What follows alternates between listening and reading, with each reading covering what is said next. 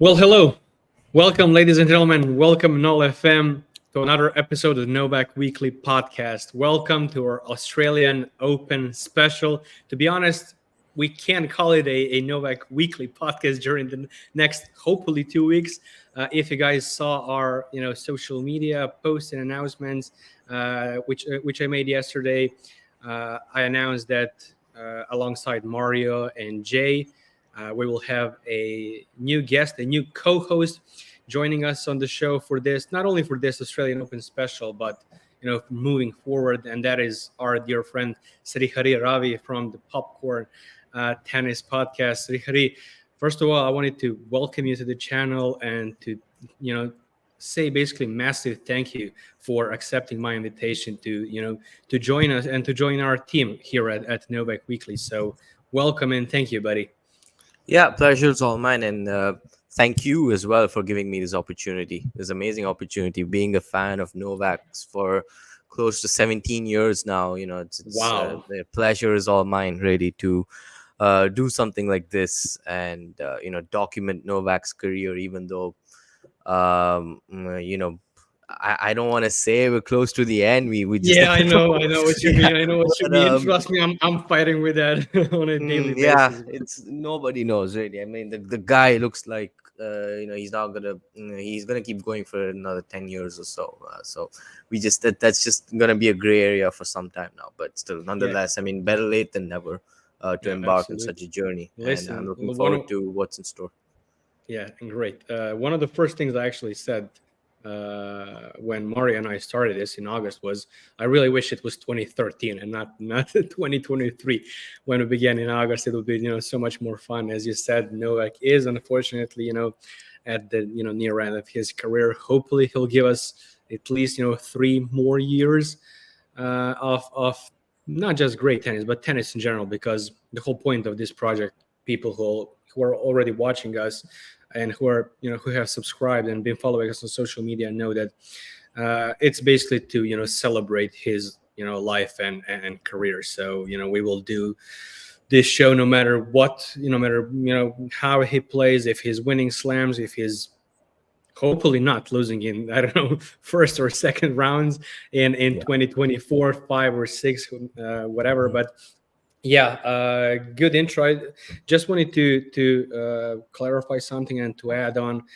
If some people didn't see those announcements and posts on social media yesterday and the previous days, like I said, Mario, Srihari, Jay, and I will be doing a, well, it's not technically a daily show, but basically every day when Novak plays his matches, we'll do a kind of recap analysis of his matches that will be published around 8 p.m. Central European time, depending on your time zone. You'll guys figure it out. And yeah, it should be fun. Honestly, this is the first for us. We had a weekly episodes last year. We will, of course, continue with that after the Australian Open is done. But during the next, hopefully, like I said, 2 weeks, we'll be doing our shows every day when Novak is playing his matches. And just to add on again, these episodes are not going to be as long as Novak weekly episodes were last year. So we're not going to bother you for an hour and a half or 2 hours. It'll be mostly around 30 minutes. So a lot more, a lot easier to digest for you guys. So yeah, before we start, I just wanted to say another thing. I mean, you guys know I do that during every episode, and that is to ask you guys to subscribe to this channel and turn that notification bell on, whether it's the first time you're here or you have already been watching us, but you haven't done that. Also, please like this video, share it, leave a comment down below. All of those things, help us get a bigger reach. And of course, follow us on social media. All the links are, as usual, going to be in the description down below. Okay, let's start. Sure. Listen, this was not a. I did not expect a Novak's round one match to look like the one we had today.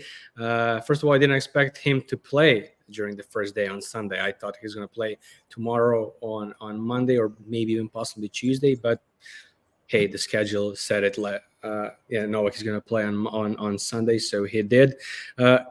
Weather-wise, it was a perfect day here in Belgrade, but stress level-wise for me and probably and for you as well, because we've been communicating during the match on WhatsApp the whole time. Not that good. Did you expect that? Did you expect that? And why did it unfold and the way it did? So I don't know. It just feels like Novak in the first week of a slam. You wouldn't be really surprised if he drops a set. Last year as well. I mean, the only set he dropped was to Enzo Cuoco in the second round. Yeah. None of us saw that coming. Another tie break loss. Exactly, it was a tie break, and in the second set. But unlike this match, that match was pretty much routine after that tiebreaker set. But however, in this match, the things definitely got more complicated in the third set, and it needed a shirt change from Novak when he was down a break in the third. He reeled off, I think, 8 games in a row since, and then he was 4-love up in the fourth set, and then Dino again put up a resilient fight, got it up to 6-4, and Novak needed, I think, 6 match points to close it out. But yeah, I think that the biggest sort of question mark people had was, what exactly is this opponent going to bring to the table? I don't think most of us have watched him play. In the junior circuit, the challenger. Yeah, I haven't watched him at all. I mean, yeah, I read some things and heard a couple of things from reputable sources and people I follow on Twitter or follow their work online. Yeah. But not in a million years would I expect an 18-year-old who's making his debut at Grand Slams, playing at Rod Laver Arena against his idol and the greatest player of all time, to show us, this level, this type of performance. Outstanding, honestly, and kudos to him. I mean, Novak, of course, gave him his flowers. We all saw when the match ended. He asked the crowd to, grant him a great applause for him, which Dino, of course, deserved, and I'm really happy for him. But I'm not happy that he, put us in a lot of trouble and increased our stress level during the match. So. Not thank you for that, Dino. But exactly. That's amazing. We saw a lot of tweets about Federer and Nadal have won several slams without dropping a set. What's up with that? What's up with that? You're a new tennis guy alongside Mario. What's up with that? I mean, the thing is that really important? What was amusing was the moment Dino closed out the set, we saw these tweets, and there's no way those could have been typed out within seconds. So these people had it in drafts for, I think, and it was saved before every slam. It was the usual suspects. Yeah, they have it saved before every slam, and then they decide to edit it as. Wait. Do you really believe that's how they operate? No, I do. I think definitely. Really, they have it in drafts and sure. Come on, because that's pathetic, man. It is, of course, but that's just, I'm talking about the modus operandi of these fans, so-called fans, and how they tweet or how they basically spend their time on the platform. Because seconds after the set was done, you see these tweets. I saw one person tweeting paragraphs or several lines. Or Djokovic could not even win one slam without dropping a set. People are supposed to believe he's the GOAT. This is embarrassing. And I mean, no way could you have typed that out in a matter of seconds. I mean, you have these, saved for, again, it's like for shit down the road, if you want to say. But that's one thing. And the other thing is that for us Novak fans and ones who have been following his career for a while, we know that it's good that he's getting, if he wants to drop sets, he's getting it out of his system in the early rounds, and he turns it up several notches from the second week onwards. So something similar in 2019 as well, when there was that third round match against Shapovalov. He was cruising 6-3, 6-4, 4-1. He loses the You're talking about Australian Open, right? Yes, Australian Open 2019. He loses the set 6-4 from 4-1 up. and then he bagels Shapovalov in the fourth set. And he was in a dogfight against Medvedev in the fourth round. It was a really long match, but he came through that in four. And then he had Nishikori, Luca Pui, and Nadal. Of course, Nishikori pulled out, I think, towards the end of the second set because he was pretty much exhausted, having played back-to-back five-setters, if I'm not mistaken. And he just demolished Pui and Nadal also. Something similar in 2021, where he was also carrying the injury, and then semis and finals, he mopped the floor with Karatsev and Medvedev, who were actually playing at a very high level that tournament. And we know what we didn't know then about Karatsev is that when he wants to play at a high level, and when he's speaking, it's so hard to stop him. But Novak made relatively light work of that. So, and if you want to talk about recent past, the US Open that happened, I mean, 2 sets down to Laszlo Djere. Yeah, I just want to ask you: is Novak really the ultimate, switch guy? He can basically turn it. I am not. Yeah, I mean, I've seen something like that. I mean, in terms of efficiency, like just switch and run away with the next set or two and push the match to a deciding set from 2 sets. Now I've seen that from Federer before, several times, and it's just I mean, credit to him, really. There were a few matches, I think, at RG in Wimbledon where he was 2 sets down, and then he comes back. It's like a new match all over again. He runs away with the momentum. He did that multiple times in 2012 with 7. I think if you remember that match against Beneteau in the second or third round, Federer was 2 sets down. I'm not gonna lie, I don't remember that. Right, yeah, and because Roger was the one who stopped Novak in the semis and won the title, so I'm citing that for that reason. And yeah, he's just done that so many times, and even I've seen Murray do it too. But Murray, we know he plays 5 sets for fun. Like there's no rhyme or reason. He can go 5 sets against anybody if he wants to. But Nadal, he's only done it about 2 or 3 times in his career. But Novak, he's made a habit of it off late. I mean, especially this decade. He's lost one match, last 5 years. Yeah, if you want to talk about 5-setters after losing the first 2 sets, he's lost just once, and that was to Murray in the 2012 US Open final. Every other 5-setter that he's played in which he's lost the first 2 sets, he's won. So that's an incredible record to have, and like you posted on the page as well. I posted on Novak Weekly two stats that can be attributed to that. First one was when Novak is leading 2 sets to 1 at Grand Slams, his record is 74-1, and the only loss he had was against Mario Andrić at Wimbledon in 2006 when he was 19 when years old. Dino's age. Yeah, that was 8. That was 8. Come on, that was 18 years ago. I cannot believe what I'm saying. Ago, right? I cannot believe what I'm saying. And the other stat was this was via Diopta Ace, which is a phenomenal page. Everyone should follow them on Twitter, of course. I think they also have an Instagram page, but it's not that good as their Twitter. The stat is the following: Novak Djokovic has won 112 of his last 113 Grand Slam matches after winning their first set.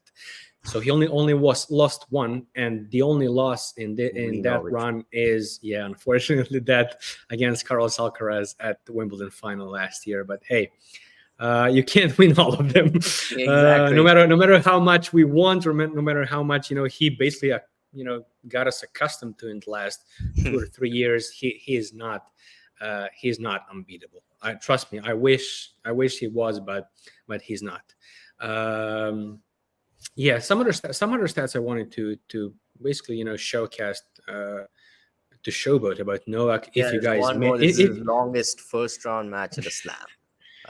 Exactly. The last time he had a match this long, as you said, in the first round of a Grand Slam was against Viktor Troicki at the US Open 2010. So that was again 14 years ago, which is a ton. Mario was 8 years old. He started his elementary school. I thought and you were 10.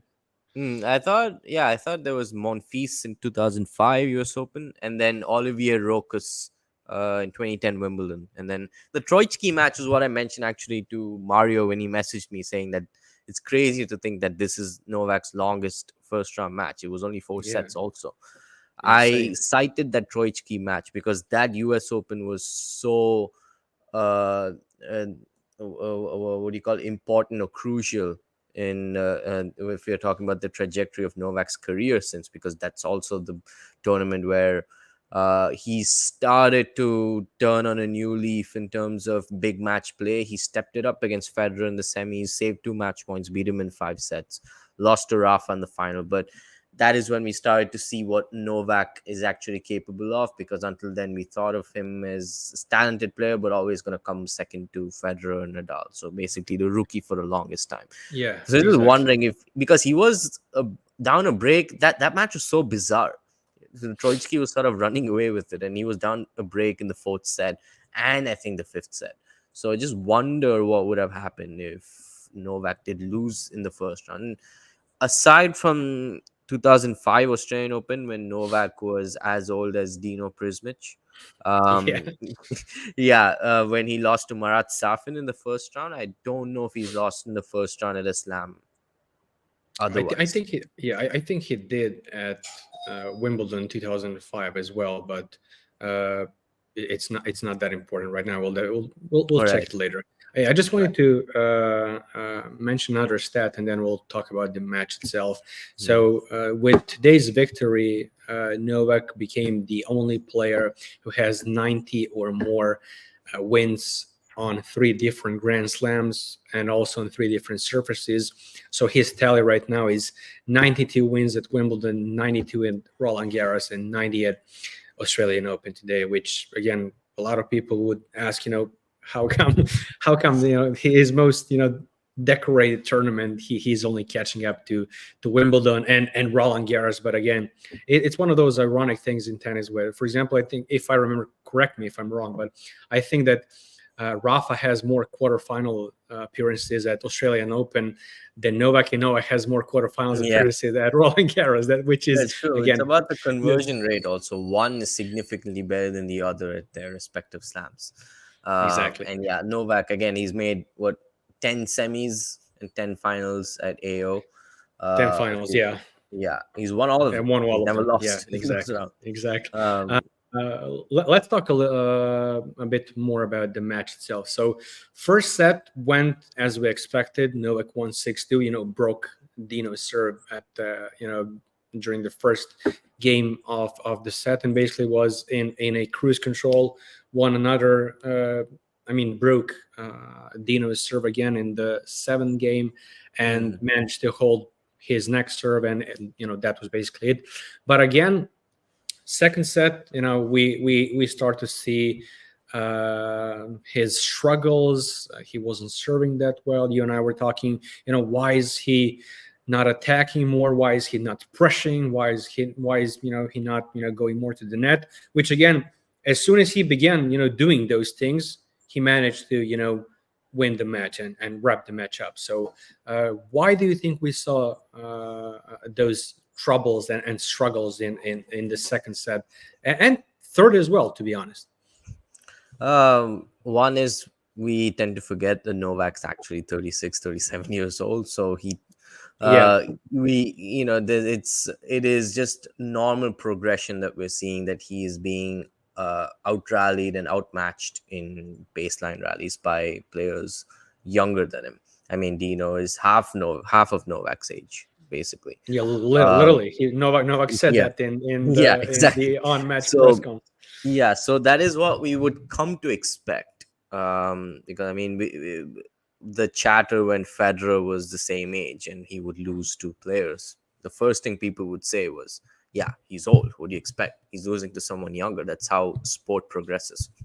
So yeah, I mean, even though Dino is not nearly as experienced, I mean, this was what, first main draw appearance at a slam. He mentioned that this was an opportunity for him to take the center stage against his idol, and he stepped up to it. He stepped up to the challenge, and he relished the opportunity, and made best use of it. And yeah, and I also want to think that, not that Novak underestimated his opponent, but when you can tell when he's not expecting his opponent to do certain things.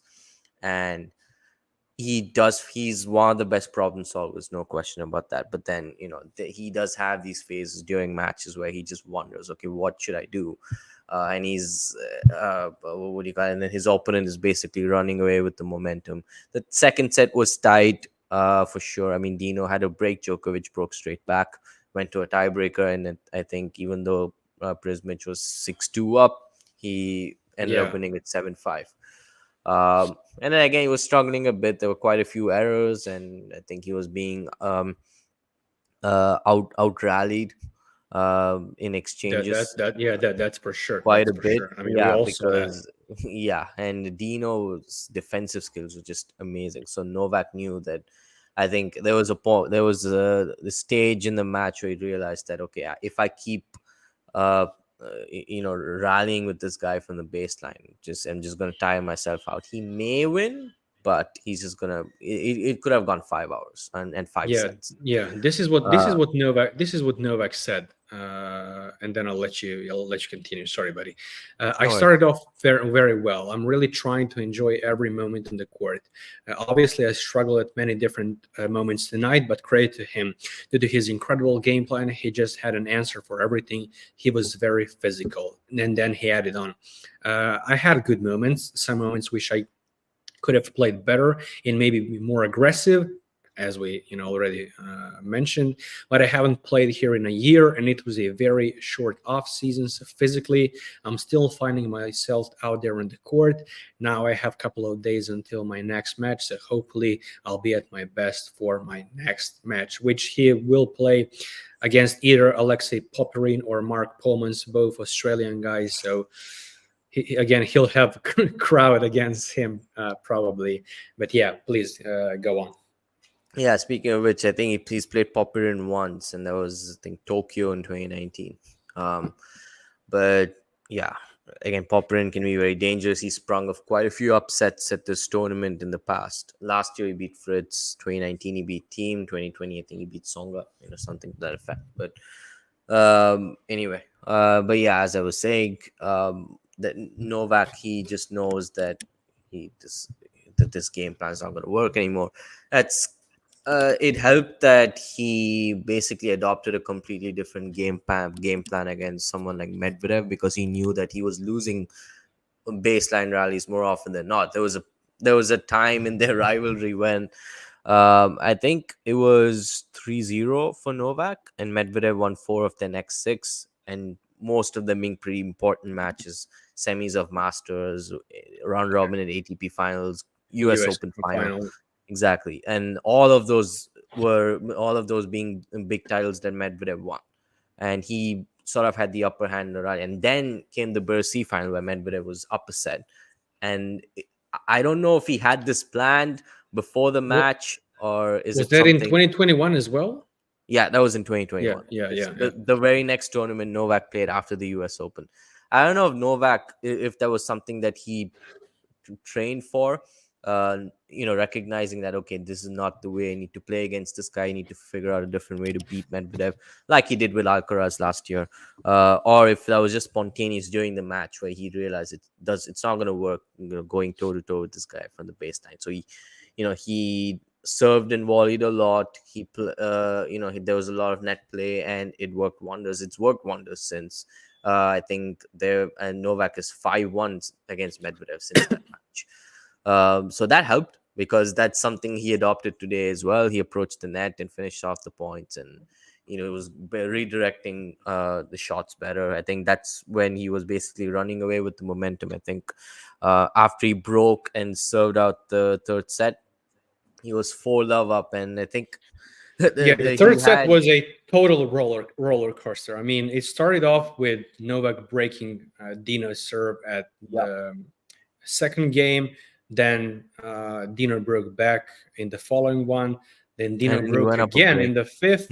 Yeah, and Novak again took his break in the following set. Yeah, Sorry, Novak had game. break points to serve for the match 5-0 in the fourth.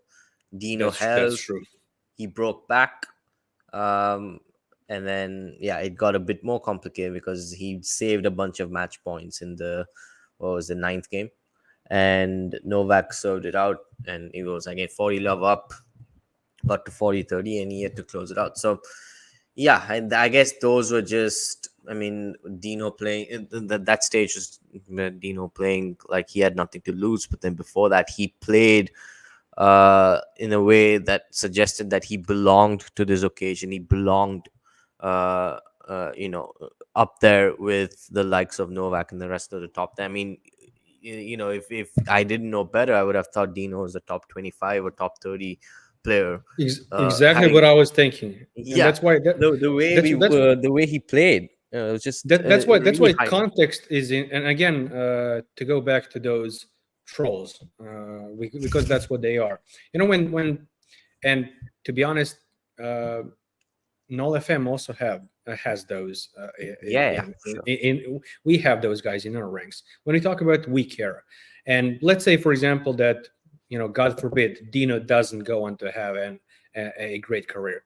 In, I don't know, 5, 10, 15 years time, they're going to look at, you know, Novak's schedule at the Australian Open 2024, and they're going to see some guy called Dino, and you know, they're gonna be, who's this guy? They're not gonna, you know, remember how well he played. Again, he's ranked what, 158 or 178, and Somewhere. exactly, you said like today he played like he was ranked top 25, top 30. I was literally thinking about that before we started recording this. I was gonna say maybe top 50, you know, not push it like to top 25, top 30, but I was thinking about it. I'm not gonna lie.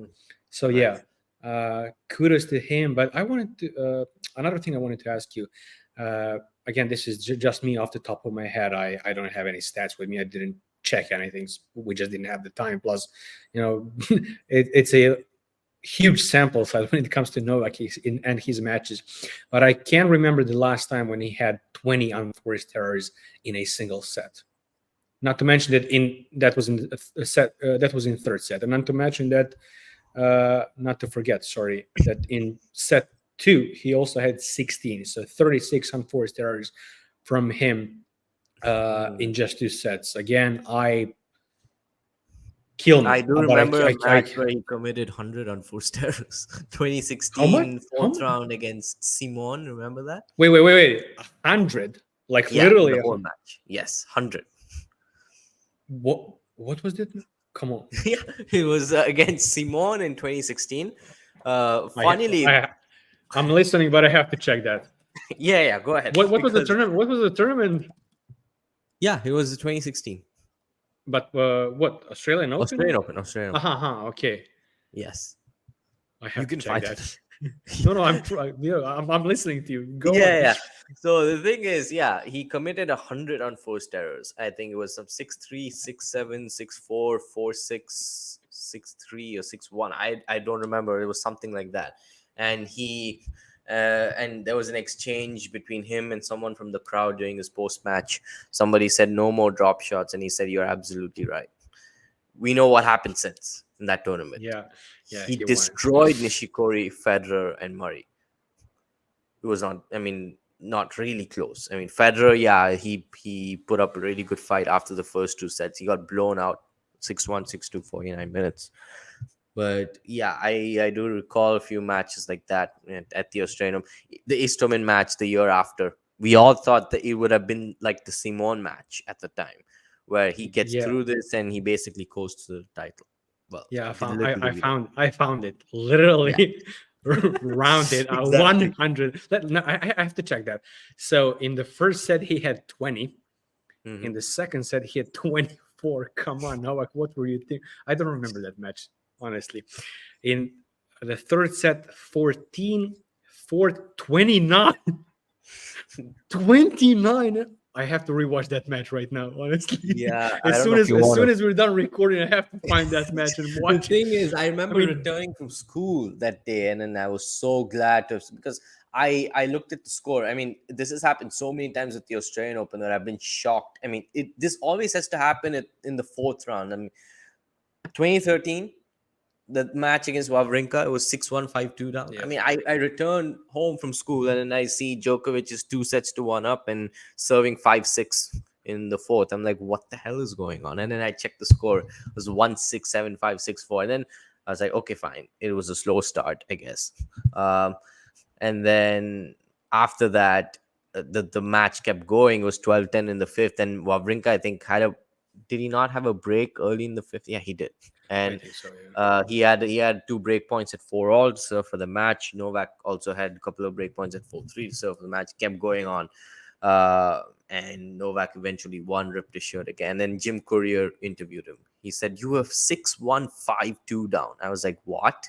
And then I was completely shocked because I knew that, okay, Wawrinka is a good, he's an elite player, but that until then he was a dead weight for Novak. I mean, he barely challenged Novak in any of the matches. Since then, we know what happened. I don't think I want to Yeah, really don't open up no old wounds no for no Novak fans, so don't we'll leave it don't there. do that. But Don't do that to the me. point, It's yeah, the been point, it's been a long and difficult day already. yeah. The point I want to make is that fourth round at the Australian Open, and I mean, there have been so many matches at the Australian Open where really weird events have transpired for Novak. And today again, I mean, 4 hours. Who expected him to play 4 hours today? Nobody. Honestly. Dropping a And set 2 was fine. I mean, if he used to drop a set to Enzo Cuoco, for example, I mean, Dino, from what I've heard, is a pretty talented youngster, which he also showed that he was.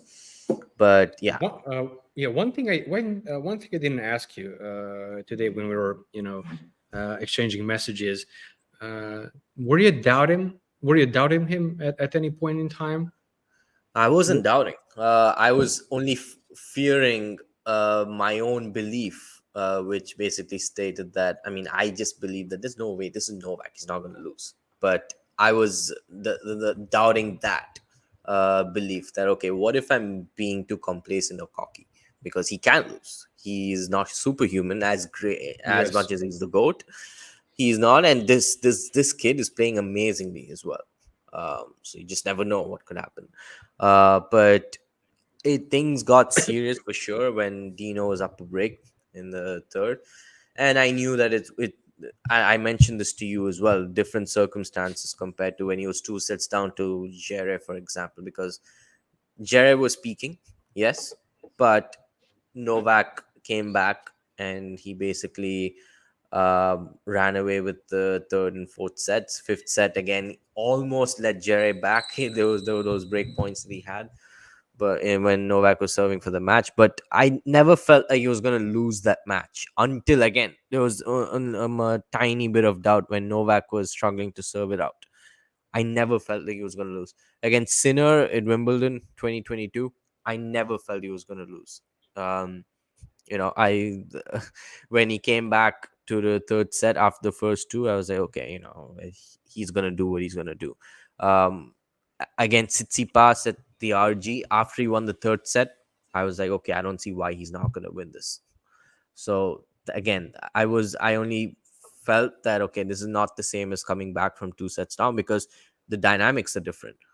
The player who's 2 sets up is against Novak Djokovic is feeling all of the pressure, and they want to True. get done with it in 3 or 4 sets, because they know if it goes to 5 sets, it's gonna be such a huge mental leap, because you're only gonna think about the fact that you're 2 sets to love, 2 sets to 1 up, and Novak's 5-set record. That's all that's gonna play in your head, and that's a recipe for disaster. Yeah. So I knew that if Prizmić had won the third set, it would have been complicated for sure. It wouldn't have Yeah. been like the matches against Jere or Sinner or Tsitsipas recently, or Musetti, where he came back from 2 sets.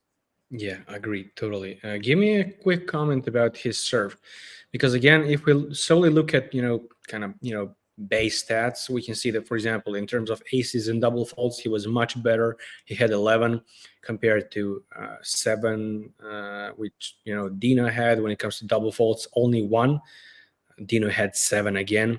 Yeah, that double fault came when he got broken in the third set. Yes, yeah. Percentages of first serve, second serve were similar. The only major difference was when on second serve, which Novak had 63% compared to 31. for Dino, which Yeah. is basically double. But again, it didn't look great again, especially in the second and third set. But there were times where his aggressive second service basically saved him from Yeah. not losing his serve. So give me a quick comment on that, and then we'll slowly wrap this up. Yeah. So what I think is until the mid third set, his serve, or especially the second and third sets, his serve was being neutralized pretty well. He wasn't barely able to get any free points off it, and like you mentioned, there was only one double fault, but that double fault was on game point at 2-all, I think, in the third set. Then came, yeah, there were more aces after the third set, and yeah, not only one double fault also helps, but I think he just couldn't break through the defenses of Prizmić for a long time. Every ball was coming back, and there were some errors too, especially in the third set. I mean, you think the point is done, but Dino gets it back, and that alone was startling Novak. And then sort of he basically did what Novak has done to so many opponents over the years. Make them play that extra shot, get errors out of them. He kept doing that. So yeah, in terms of his serve, I think, yeah, it's uh, you know, Gilgross says this perfectly. Whenever you look at serving stats, over an entire match, just in a vacuum or just a number, it can be misleading because you can never really tell when exactly the aces or double faults came. Uh, Absolutely.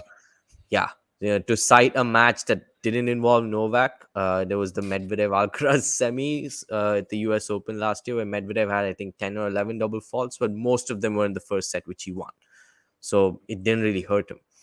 So if we were to just look at the serving stats over the entire duration of a match on a sheet of paper, we won't really be able to tell anything. But Yeah. for those who watched the match, we could tell that Context, exactly context. context is That's king. yeah, that's the thing.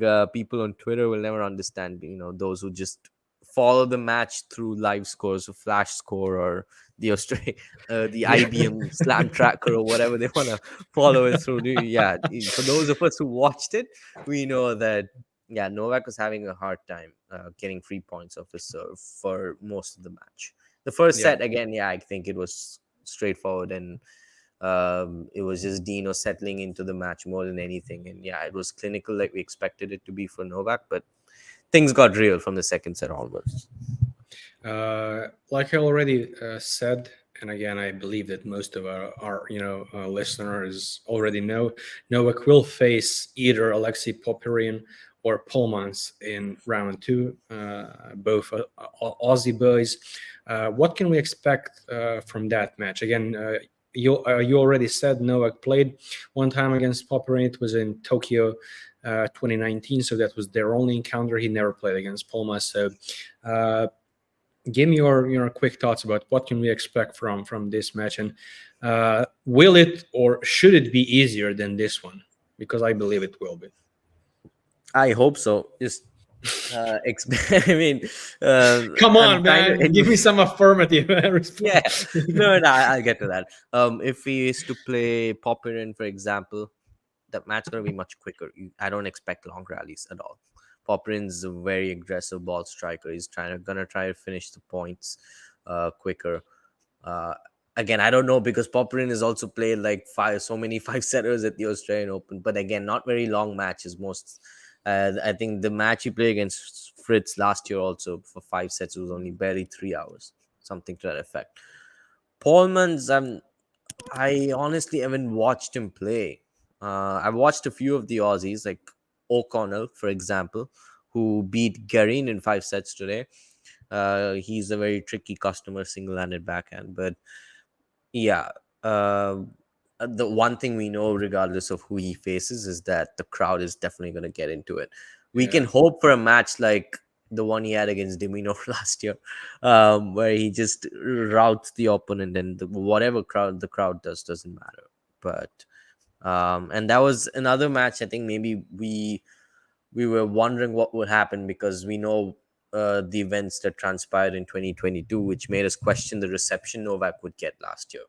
Was great, still is great. That's out of the system, out of the question. But yeah, Popirin, yeah, he lives to play spoilers, or lives to cause upsets at this stage, especially at this tournament. So not that he will, not that I think he will, at least, but I I don't think it'll be a long match, but at the same time, I can see it getting tricky for Novak.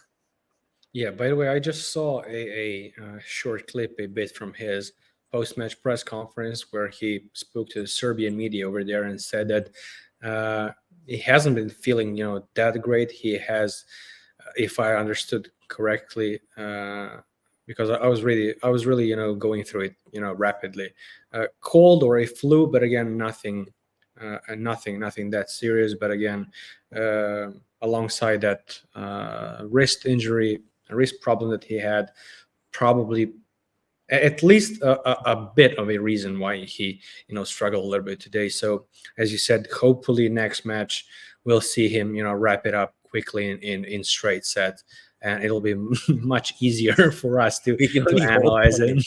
it. Yeah, to analyze it and talk about it. Okay, as I said at the beginning, these episodes will be shorter ones. I think we covered mostly everything. I really wish that both Mari and Jay were with us tonight.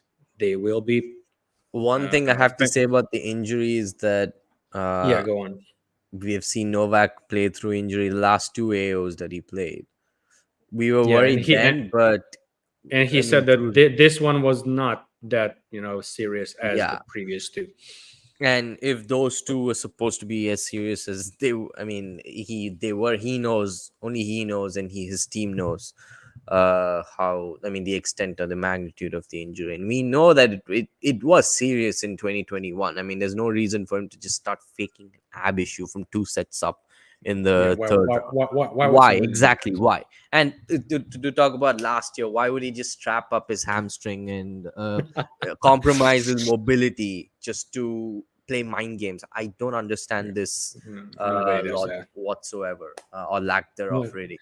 But no, what I mean to say is that, yeah, Novak has dealt with those, and like you mentioned before the tournament, he said this the wrist issue was not really serious.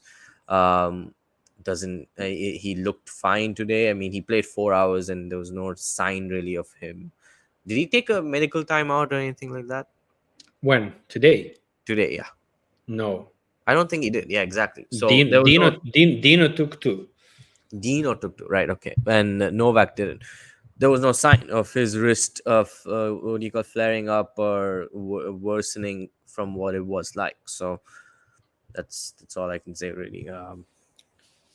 I don't think it should be too much of an issue. I still think he's the man to beat, and if he is to lose, it's either some player playing out of his mind, say like Hyun Chung, the last player to beat Novak Yeah, in at the Australian 2017. Open, 2018. Yeah, 17 was 2018. our Pardon favorite me. Eastern. Yeah. Yeah, So yeah. one thing is that player needs to wear glasses. So either Istomin or Chung, yeah, that player needs to. I don't believe that's going to be the case if it happens this year. But Yeah, hopefully it will. Knock on wood. That doesn't happen.